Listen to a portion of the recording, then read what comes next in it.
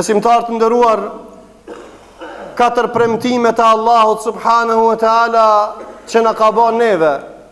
Zakonisht ne kemi dëshirë që njeriu kur të premton diçka me çun me fjalën vend, emanetin vend, premtimin vend. E Allahu thon Kur'an, inna Allaha la yukhlifu al-mi'ad. Allahu nuk e thën premtimin e dhon. Allahu na ka premtuar neve, edhe na I dojnë atë mirat e kësaj dynjaje dhe të ahiretit. E Allahu na ka premtuar dhe ka thonë, in shakartum la yazidannakum.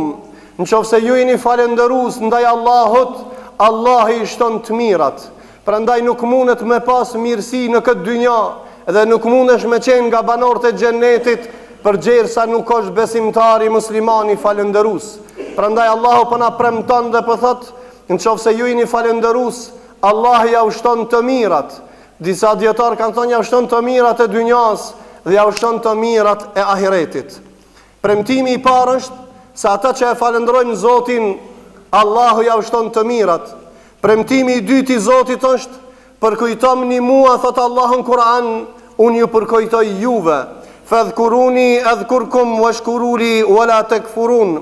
Më përkujtoni mua, thot Allahu në Kur'an, që unë t'ju kujtoj juve në çdo gjë që keni ju nevojë. Prandaj ne kemi nevojë vazhdimisht për mirësitë e Zotit. Ne kemi nevojë vazhdimisht nevoja të shumta prej madhnisë Allahut.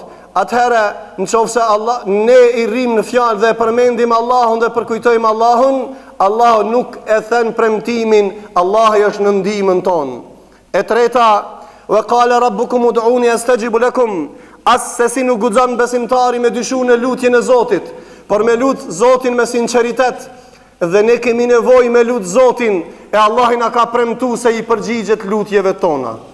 Allahi I përgjigjet lutjeve tona dhe ka thonë, wa qala rabbukum ud'uni astajib lakum. Dhe thot Allahi, Zoti jon, thirrni mua se unë ju përgjigjem.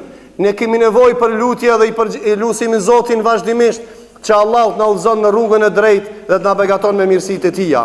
Dhe e fundit, Allahu nuk e thën premtimin e dhënë dhe ka thonë, Allahu nuk do t'i ndeshkoj, nuk do t'i dënoj njerëzit përderisa ata kërkojnë falje nga Zoti.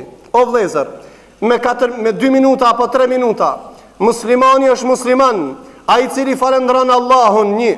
Allahu nuk e thën premtimin që ja jep të mirat e Tija. E dyta, muslimani është musliman, ai I cili e përmend Allahun, e ai që e përmend Allahun dhe Allahu e përmend atë. Muslimani është musliman, ai I cili e lut Zotin vazhdimisht dhe kërkesën e tij drejton, dedikon Allahut, Allahi po premton se I përgjigjet.